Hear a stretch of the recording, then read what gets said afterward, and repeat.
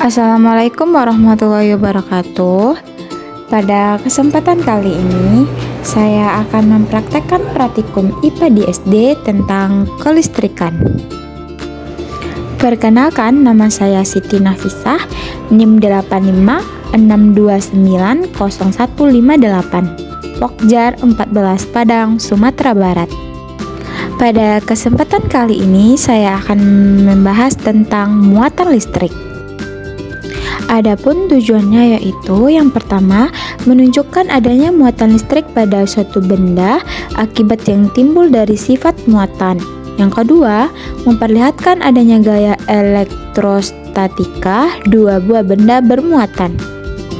Selanjutnya, contoh percobaan pertama muatan listrik. Pada kesempatan kali ini, saya akan melakukan praktikum IPA di SD dengan tema kelistrikan. Percobaan yang pertama, kita akan melihat apakah ada hubungan kelistrikan antara bola plastik dengan plastik kresek. Nah, untuk melihatnya, kita lakukan percobaan. Alat dan bahan yang kita gunakan, kantong plastik kresek dan bola plastik. Nah, langkah pertama, kita akan menggosokkan kantong plastik ini.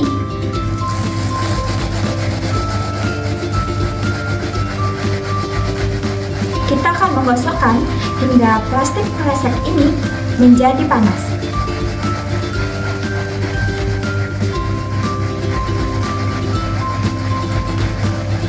Kita gosokkan sedikit lama. Ketika dia sudah panas, kita akan mendekatkan dengan bola plastik. Nah, di sini terlihat bahwa kantong plastik kresek yang panas ini, jika didekatkan dengan bola plastik, ada gaya tarik menarik. Ini berarti bahwa adanya muatan kelistrikan antara kantong plastik dengan bola plastik. Selanjutnya, kita melakukan percobaan kedua. Nah, percobaan kedua, kita akan melakukan percobaan tentang kelistrikan, yaitu antara sisir dengan kertas yang jika didekatkan setelah digosokkan itu akan menghasilkan panas. Jadi ketika dia panas, apakah terjadi gerakan tarik menarik antara kertas dengan sisir ini? Untuk melihatnya, mari kita lakukan percobaan. Langkah pertama, kita akan menggosokkan sisir ini ke karpet. Setelah itu kita dekatkan dengan kertas. Kita gosokkan hingga sisir ini menghasilkan panas.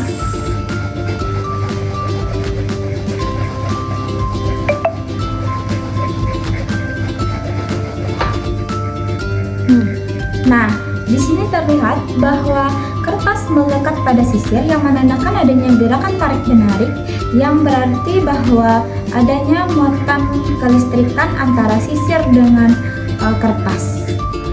Selanjutnya, kita akan membahas tentang arus listrik.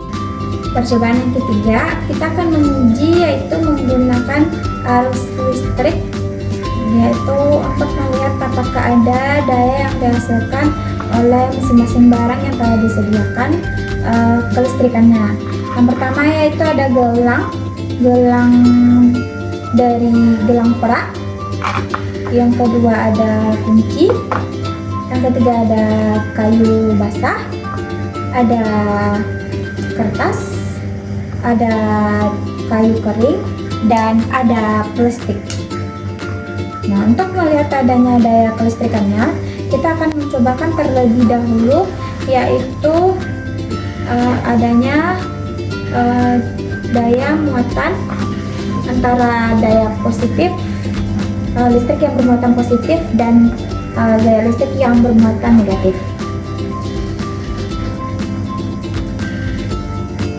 Nah, di sini terlihat bahwa listriknya menyala atau hidup, yang menandakan bahwa arus daya listrik positif dan negatif tersebut memiliki aliran listrik sehingga lampunya menyala. Yang kedua, kita akan melihat yaitu apakah ada daya kelistrikan yang dihasilkan oleh gelang perak ini. kita akan dekatkan dengan arus listrik yang bermuatan positif dan negatif.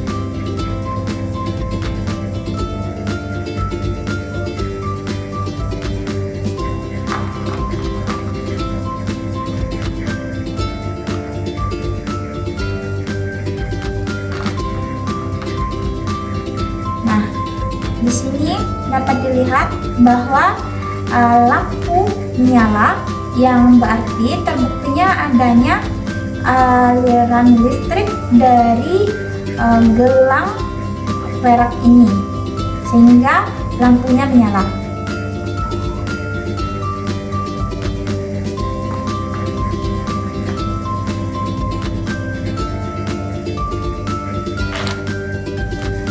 Yang ketiga, kita akan mendekatkan plastik.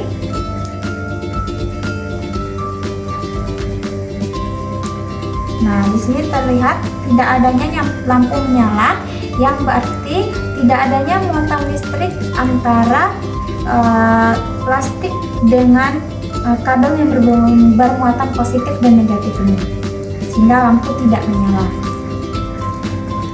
Selanjutnya kita akan mendekatkan yaitu kunci. Nah, di sini dapat terlihat dan terbukti bahwa kunci yaitu memiliki daya bermuatan listrik, sehingga listrik tersebut menyala.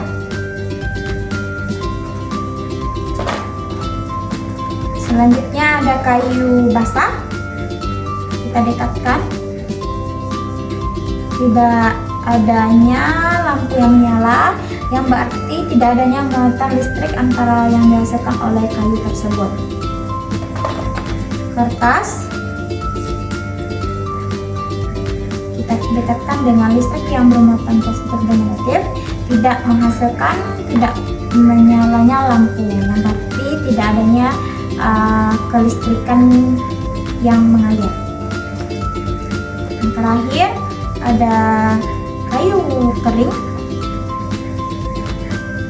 tidak adanya listrik yang dihasilkan, yang menandanya tidak adanya muatan listrik antara kayu dengan kabel yang bermuatan positif dan negatif. Kesimpulan, 1. Semakin tebal kawat penghantar yang digunakan, maka semakin lama energi listrik yang dihantarkan. 2. Semakin besar sumber tegangan yang dialirkan, maka semakin besar pula energi listrik yang dihasilkan. Demikianlah praktikum pada kesempatan kali ini. Jika terdapat kesalahan mohon dimaafkan. Sekian dan terima kasih.